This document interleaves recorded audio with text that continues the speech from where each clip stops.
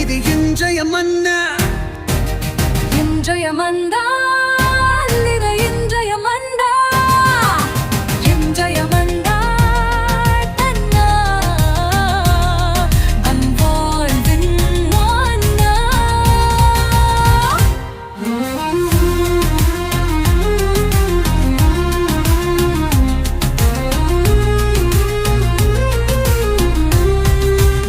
இயேசுவுக்கு பிரியமான அன்பு இறை உறவுகளே, நண்பர்களே, உங்கள் ஒவ்வொருவரையுமே சிறப்பாக இந்த புதிய நாளிலே வெள்ளிக்கிழமை வேளையிலே சந்திப்பதிலே மிகுந்த மகிழ்ச்சி. இன்று வெள்ளிக்கிழமை இறை இரக்க ஆண்டவருக்கு ஒப்பு கொடுக்கப்பட்ட நாள், இயேசுவின் திரு இருதயத்திற்கு ஒப்பு கொடுக்கப்பட்ட நாள். இந்த இயேசுவின் இருதய பக்தி, இரக்கத்தின் பக்தி முயற்சியை கடைபிடிப்போம்.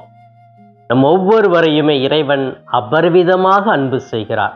அந்த அன்பின் உச்சகட்டம் தான் அவர் நம் மீது இரக்கம் வைப்பது, அவருடைய இதயம் நமக்காக துடித்து கொண்டிருப்பது. அப்போ என்னுடைய வாழ்க்கையில இறைவன் வர வேண்டும் என்றால், இறைவன் எனக்காக இருக்க வேண்டும் என்றால், நான் இறைவனை நாடி செல்ல வேண்டும். நல்ல பக்தி முயற்சிகளை கடைபிடிக்க வேண்டும். நற்கருணை ஆண்டவர் முன் அமர்ந்து நான் செபிக்க வேண்டும். இப்படிப்பட்ட நல்ல பண்புகளை இந்த வெள்ளிக்கிழமை வேளையிலே செய்து இறைவனுடைய அருளை நிறைவாக பெற நான் உங்களை வாழ்த்துகிறேன்.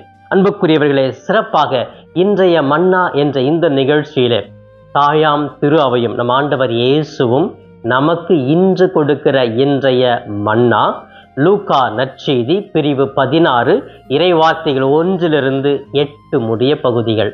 இந்த பகுதி எதை பற்றி சொல்லுகிறது என்றால், இயேசு தன்னுடைய சீடர்களுக்கு ஒரு அழகான ஓமை சொல்லுகிறார். இந்த ஓமை பார்த்தீங்கன்னா வித்தியாசமான ஓமைங்க. இந்த ஓமை மற்ற ஓமைகளை விட ஒரு வித்தியாசமானது, எதிர்மறையாக தோன்றக்கூடிய ஒன்றாக இருக்கிறது. இந்த நற்செய்தியை பற்றி நாம் போதிக்கும் பொழுது, அறிவிக்கும் பொழுது எல்லாம் மக்கள் என்கிட்ட கேள்வி கேட்பாங்க, எப்படி நீங்கள் இதெல்லாம் ஏற்றுக்கொள்வீங்க? இது வாழ்க்கைக்கு முரணாக இருக்கிறதே. அப்படின்னா ஒரு மனுஷன் எல்லாமே இந்த மாதிரிலாம் செஞ்சுட்டு கடவுள்கிட்ட வரலாமா அப்படின்லாம் கேட்பாங்க. பல கேள்விகள் வருகிறது. அப்போ ஒரு சில நேரம் நானே குழம்பி போயிட்டேன். ஆமாம், இயேசு என்னதான் சொல்ல விரும்புகிறாரு, ஏன் இந்த தவறான செய்தியை இந்த இடத்துல சொல்கிறாரு அப்படின்னு நானும் யோசித்தது உண்டு. பிரியமானவர்களை, யோசிக்கிறீங்களா எதை பற்றி சொல்கிறாருன்னு? பிரியமானவர்களை, ஒன்றும் கிடையாது. ஒரு வசதி படைத்த ஒரு தலைவன் இருக்கிறான், அவனுக்கு ஒரு பொறுப்பாளர் இருக்கிறாரு. அந்த பொறுப்பாளர்கிட்ட எல்லாத்தையுமே கொடுத்துட்டாரு, அவன் தான் எல்லாமே வேலை செய்கிறான்.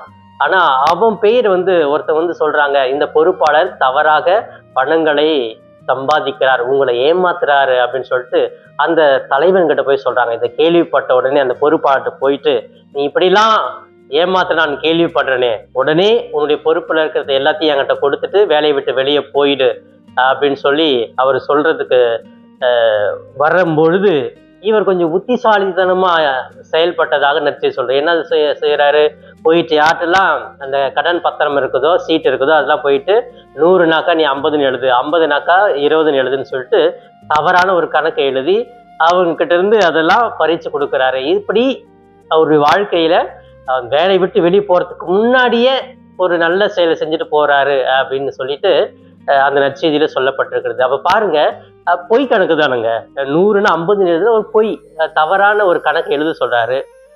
இது இன்னும் பெரிய திருட்டை, ஏற்கனவே திருடிட்டாரு, இப்போ கடைசியிலும் திருடுறாரு.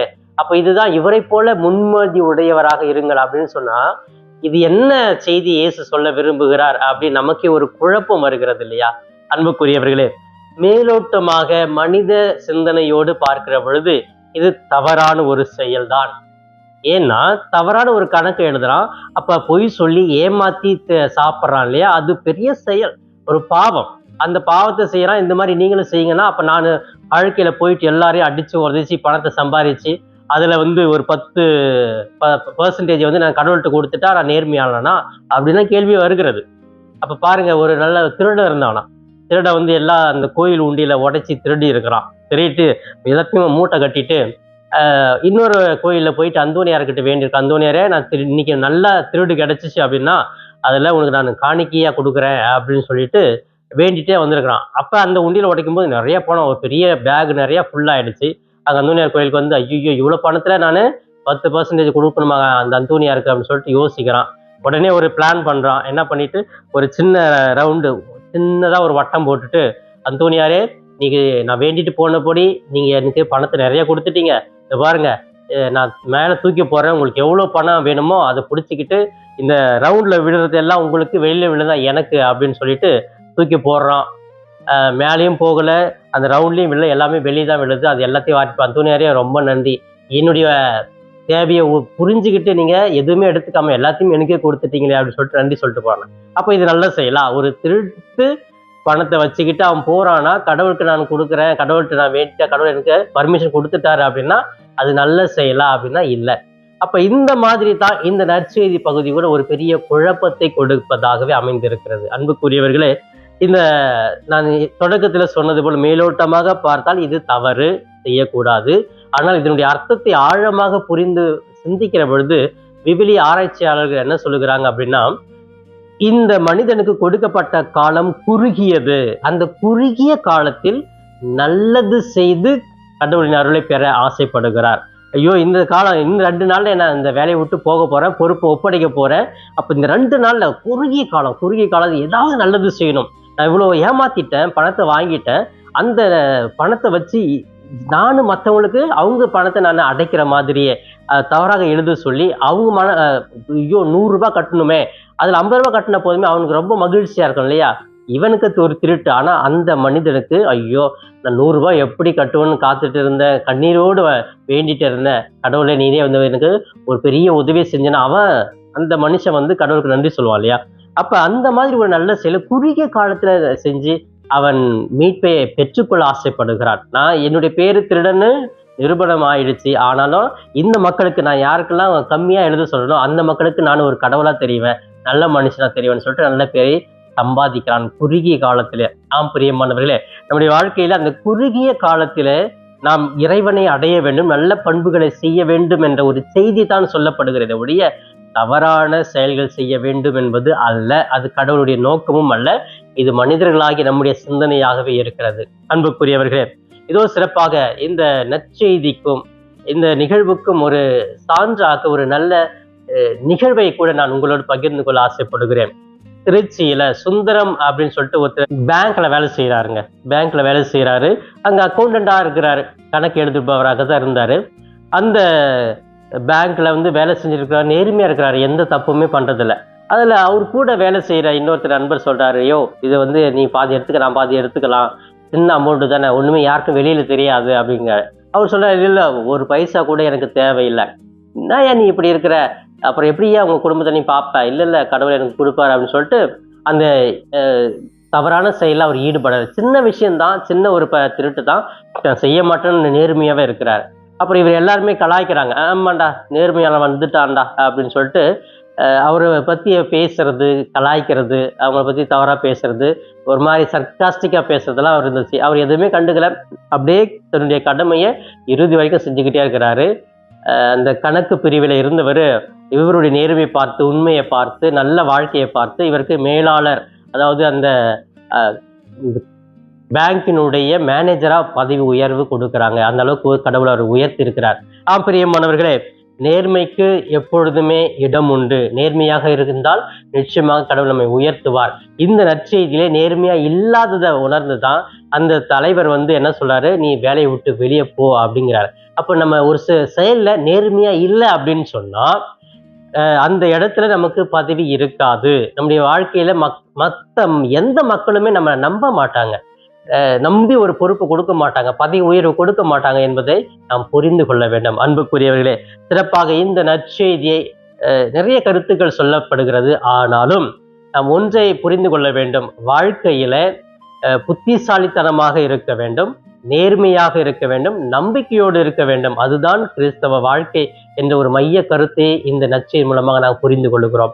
என்னுடைய வாழ்க்கையிலே நான் பொறுப்புகளை புத்திசாலித்தனமாக கையாளுகிறேனா, நம்பிக்கையோடு இருக்கிறேனா, நேர்மையாக இருக்கிறேனா என்பதை புரிந்து கொள்ள வேண்டும். இந்த நல்ல பண்புகள் நம்முடைய வாழ்க்கையில் இருக்கிற பொழுது நம்ம எவ்வளோ காலங்கள் வேலை செஞ்சாலும் அதே இடத்துல தான் இருப்போம். ஒரு சில கம்பெனிஸ்லாம் பார்த்தீங்கன்னா 70 வருஷம் 80 வருஷம்னு சொல்லிட்டு வயசு ரிட்டையர்ட் ஆனால் கூட அந்த இடத்துல வேலை செஞ்சுருப்பாங்க, அவங்களுக்கு வேலை கொடுத்துக்கிட்டே இருப்பாங்க. ஏன்னா சின்ன வயசுல இருந்து அவங்க நேர்மையா இருந்தாங்க. நான் கூட வேலை செய்கிற கல்லூரியில் ஒருத்தர் ரொம்ப ரிட்டையர்ட் ஆகிட்டாரு, வீட்டுக்கு போயிட்டாரு, வேலைக்கு என்ன செய்ய முடியாதுன்னு சொல்லிட்டாங்க. ஆனால் மீண்டுமா அவர் வயசான காலத்துல கூட கூப்பிட்டு நீங்க இருந்தா போதும் அப்படின்னு சொல்லி கூப்பிடுறாங்கன்னா அந்த நம்பிக்கையே அவர்களுக்கு பெரிய சான்றாக இருக்கிறது, நேர்மை சான்றாக இருக்கிறது, உழைப்பினுடைய உயர்ந்த பண்பு அவர்களுக்கு பெரிய ஒரு முன்மாதிரியாக இருப்பதை நான் பார்த்தேன்.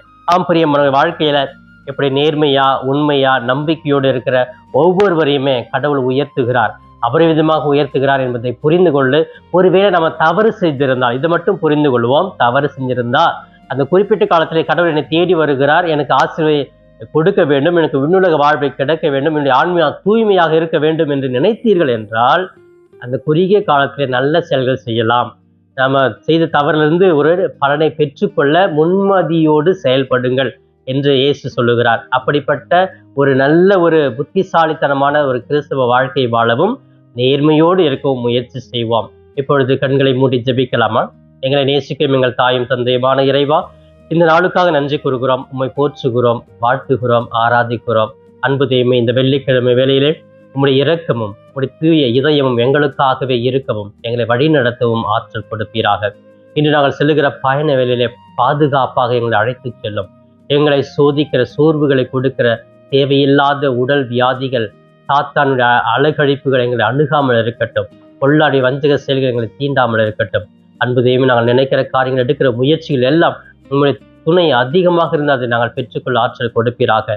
அன்பு தெய்வமே, எங்கள் குடும்பத்தை ஆசீர்வதியும். குடும்பத்தில் அமைதி, சமாதானம், ஒற்றுமை, வாழ்வாதாரம் கிடைத்து மகிழ்ந்து வாழ கிருபை செய்யும். பிள்ளைகளுக்கு நல்ல பண்புகளையும் நல்ல ஒழுக்கங்களையும் படிப்பின் மீது ஆர்வத்தையும் கொடுத்து, இன்னும் இளம் பிள்ளைகளுக்கு நல்ல வேலை வாய்ப்பு, நல்ல ஒரு எதிர்காலம், திருமண பாக்கியம், குழந்தை பாக்கியம் கொடுத்து ஆசீர்வதிப்பீராக.